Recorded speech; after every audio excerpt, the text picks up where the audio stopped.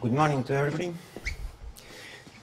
Is it not fascinating to have Goethe and Nietzsche as your contemporaries, or at least near contemporaries,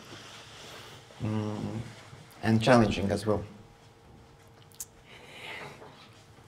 Friedrich Nietzsche opens his first published book, The Birth of Tragedy from the Spirit of Music, in 1872, with this retrospective and at the same time future-oriented statement. We will have achieved much from the discipline of aesthetics when we have arrived not only at the logical insight, but also at the immediate certainty of the view that the continuing development of art is tied to the duality of the Apollonian and the Dionysian. Nietzsche presents the Dionysian and the Apollonian as tendencies, drives, but also as artistic energies and impulses that burst forth from nature itself, write the editors of the English edition of Nietzsche's works. While Apollo is associated with visible form, comprehensive knowledge, and moderation, Dionysus is linked with formless flux, mystical intuition, and excess. In this paper, I argue that the above concepts, elaborated to their relevance to the classical Greek tragedy, but containing contemporary references, in particular regarding the innovations set forth by Richard Wagner's ideas of music and drama, have not only turned out as important in Nietzsche's oeuvre, or for that matter in cultural history more generally, but can be applied to various contexts, such as fin-de-siècle Latvian art. The conflict between the Apollonian and the Dionysian was in many ways illuminating turn-of-the-century Latvian aesthetic discussions, where there was a constantly developing interest in the most significant phenomena in European writing. In this process, Nietzsche and his predecessor and compatriot Johann Wolfgang von Goethe were treated as the main representatives of two different epochs of German literature. More specifically, while Goethe seemed to represent the intellectual balance of the Apollonian, Nietzsche became an embodiment of the Dionysian challenge. Despite often being considered opposites, however, both authors also shared many important features.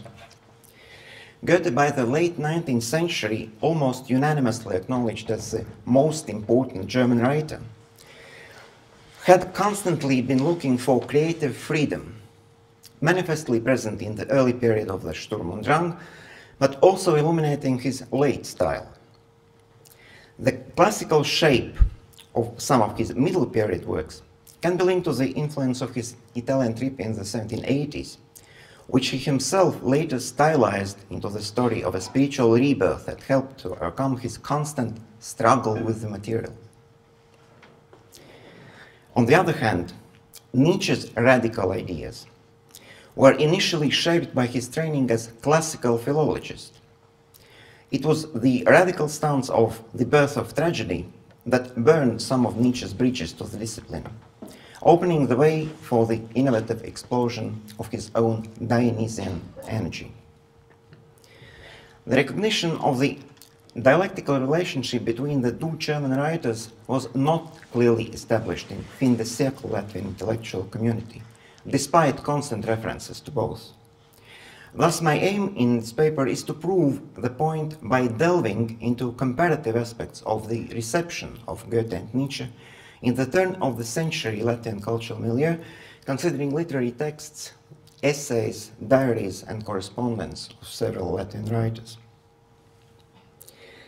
I'll begin with a brief comment on the reception history, and then focus on the period between 1893 and 1898, culminating with the translation, as well as the Latvian language theatre production of Goethe's Faust.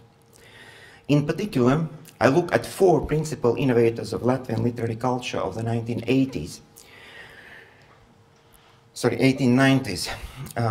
Jānis Paruks, Rudolfs Blaumanis, Aspazija, and Rainis. So we'll stick with 1890s. The first public highlight of Nietzsche's reception falls into the following decade with the translation of Thus Spoke Zarathustra by modernist poet Vilis Plūdons in 1908. But as we'll see, Nietzsche was already hugely present in late 19th century Latvian intellectual circles. There is hardly any other German author who would match the importance of Goethe in the rise of 19th century Latvian elite culture. Early in the century, Goethe's poetry was rendered into Latvian by Baltic German intellectuals, among them Karl Hugenberger. Authors of the older generation of ethnic Latvians, including Ernest Dinsbergs, tried their hand as well. And Goethe's poems were also represented in the poetry collection by Juris Aunāns, Little Songs translated for the Latvian language, Dziesmiņas, in 1856, that despite consisting almost exclusively of translations, provided what is often referred to as the starting point of Latvian national literature. It was during the 1890s, however, that Goethe's reception reached a new stage, echoing the diversity of Goethe's interests, as well as eagerly responding to the European dimension of his thinking. The newly aspiring Latvian authors referred to Goethe as one of their most important reference points. This knowledge also became a yardstick for the measurement of the seriousness of their intentions.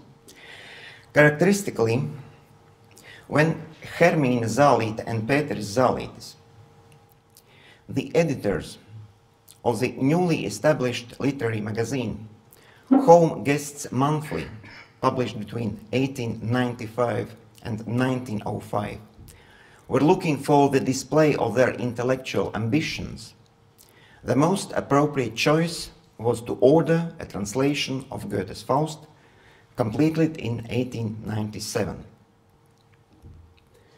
Behind the scenes, however, there was a growing interest in the work and personality of Frīdrihs Nīče, whose German as well as international reputation was on the rise in the 1890s. The steady growth of interest was partially linked to the tragic circumstances of his personal life, with the author still being alive while suffering from incurable mental illness. Nietzsche swiftly became a symbol of fin-de-siècle's passionate way of thinking, due to his radical challenge of religious beliefs, the boldness of his critical stance, as well as the brilliance of his language. Even more than publications, the surviving personal notes of the turn-of-the-century Latvian authors prove the intensity of their intellectual and emotional encounter with Nietzsche. The German author was their contemporary, highly appreciated, but also fiercely disputed, thus demanding a highly personal judgment. The main points of intersection leading to a certain overlap of the reception of Goethe and Nietzsche in Latvian intellectual circles was the versatility of the writing, the autobiographical element, and the language factor.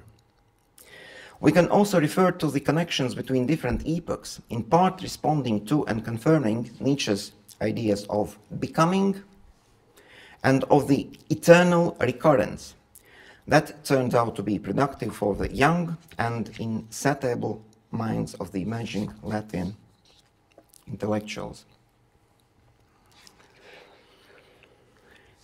The first to write an extended comment on Nietzsche's ideas was Jānis Poruks, the youngest of the four. In 1893, he went to Germany, where he entered the Dresden Music Academy. His studies ended rather abruptly due to the lack of money, but before his return to Riga, in spring of 1894, he got his first book published in Germany. It was printed by a new publishing house by Philip Gottheimer, and the small brochure went into the second print. It was titled The Religion of Future, Die Religion der Zukunft, proposing to compare the philosophy of Leo Tolstoy and Friedrich Nietzsche. The concept was possibly modeled on Nietzsche's Beyond Good and Evil, published in 1886, subtitled Prelude to a Philosophy of Future, in its turn inspired by Richard Wagner. This publication might have inspired the editor Zālītis, who himself had studied philosophy in Vienna, to invite the young author to contribute to Home Guests Monthly. In The Religion of Future, Poruks attempts to link Tolstoy's utopic attempt to reach a new stage of Christianity that would strictly put humility at the core of life perception, with Nietzsche's radical dismissal of the tradition of piety, while simultaneously promoting his ideas of the overman, Übermensch. Poruks emphasizes Nietzsche's point of the importance of individual initiative, while at the same time he considers burning all ties with the traditional moral and religious beliefs too radical. Interestingly enough, from early on, Poruks himself was indirectly associated with Nietzsche. His younger contemporaries hailed Poruks as an exceptional figure, with Viktor Seglītis writing in 1903 that Poruks was a strain from which all the newest Latvian literature grew. And in 1907, Kārlis Skalbe maintaining that Poruks was the first and only Latvian author of interest for an international readership. In his book on Tolstoy and Nietzsche, Poruks also for the first time mentioned Goethe, referring to him as an author close to his own preferred approach of striving for synthesis. This was later repeated in Poruks's 1897 introduction to the publication of the translation of Faust. To a certain extent, he referred to Goethe in Nietzschean terms, as a challenger to the daily habits of bourgeois life. Poruks devoted a considerable part of his introduction to the criticism of general public and its daily routine, unprepared for the encounter of the wild world of Goethe's ideas. Nevertheless, he expressed the hope that the publication might still find its readers, even people who would be willing to delve into the complexity of the second part of the poem. That requires both intellectual effort and wit to grasp. Elsewhere, Poruks also stressed that Goethe brings a European dimension to the Latvian discussions of art.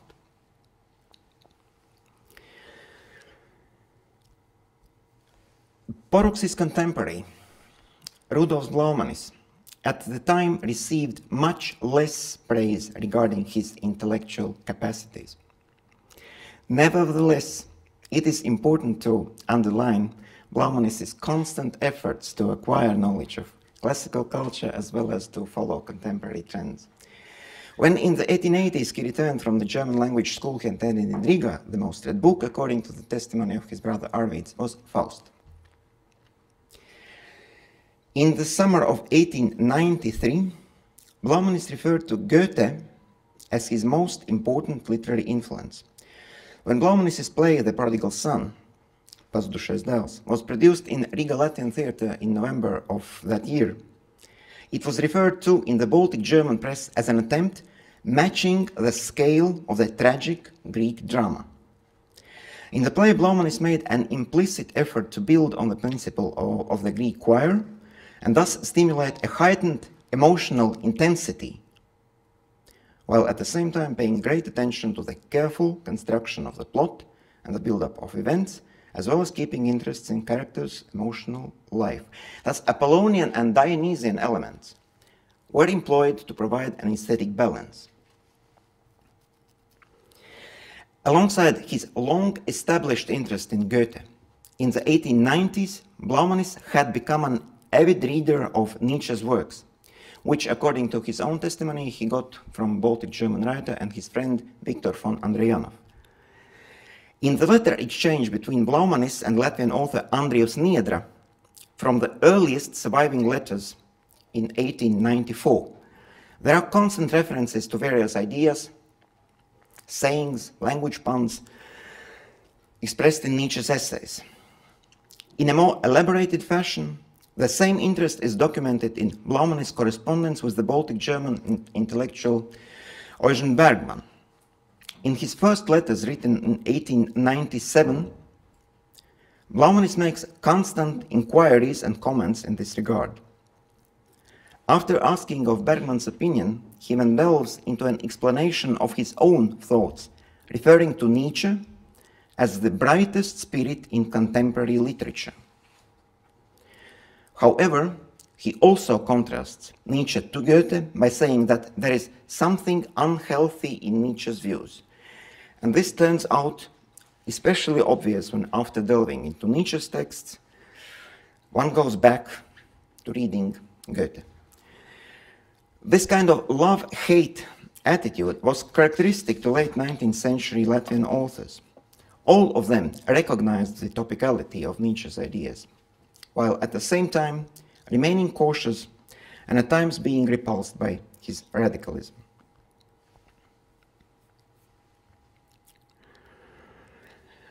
Of the two, Aspazija was not only the first to get a recognition. Her ties with German culture were swiftly recognized, especially with regard to her poem The Daughter of the Sun, Saul's Mate, in 1894. The enthusiastic public response to Aspazija's work encouraged editor Zālīte to approach her with a request of the translation of Faust, which she accepted, also seeing it as a possibility for the still unknown Rainis to prove his poetic skills.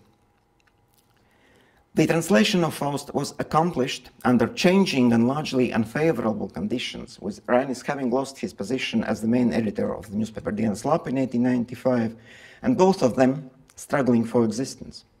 Parts of the translation were done while Rainis was in prison. Aspazija was of a constant editorial help, also working on parts of the translation.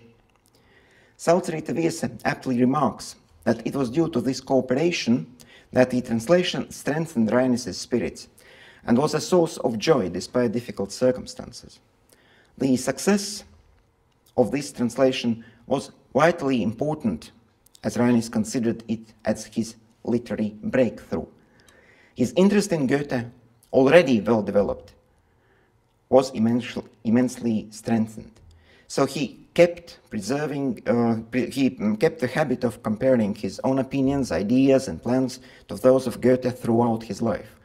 One of the main differences he saw between him and the author of the Faust was that Goethe was predominantly concerned with the development of an individuality, while Rainis constantly tried, let me put it in these terms, constantly tried to persuade himself to consider the possible contribution to social development. Clearly, it was on these same grounds that he also couldn't reach an inner agreement with the ideas of Nietzsche, despite the recognition of German authors' literary and philosophical merits.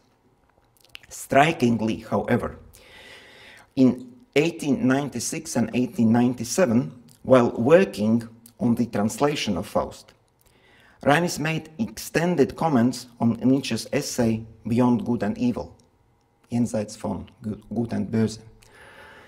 While recognizing Nietzsche's interest in personality, Rainis disagreed on the point of the relations between the individual and the masses, where Nietzsche was direct and ruthless in stressing the inevitability of social differences in society and opted to speak to the chosen few, while also denouncing the lack of spiritual interest among the majority of the population.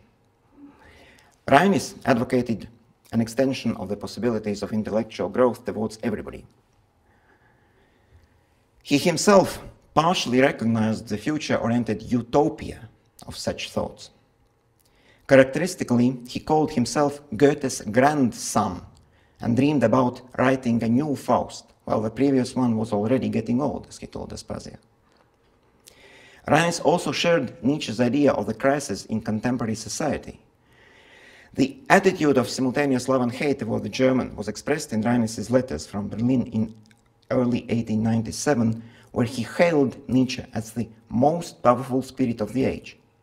Rainis' ideas of the so-called person of the future, nākotnes cilvēks, were not only influenced by reading and contemplating Goethe and other classical authors, by also Nietzsche, in whom he discovered deep personal involvement matching that of Rainis himself. We come to the conclusion.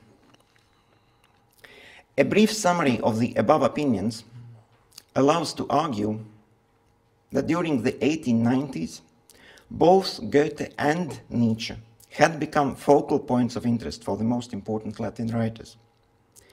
This resonated with the hope that the greatest achievements and topical issues of European art could find an echo in Latvian society. Metaphorically, it is possible to argue that Nietzsche's likeness of the three stages of a camel, a lion, and a child could be applied to the process of 19th century maturation of Latvian culture.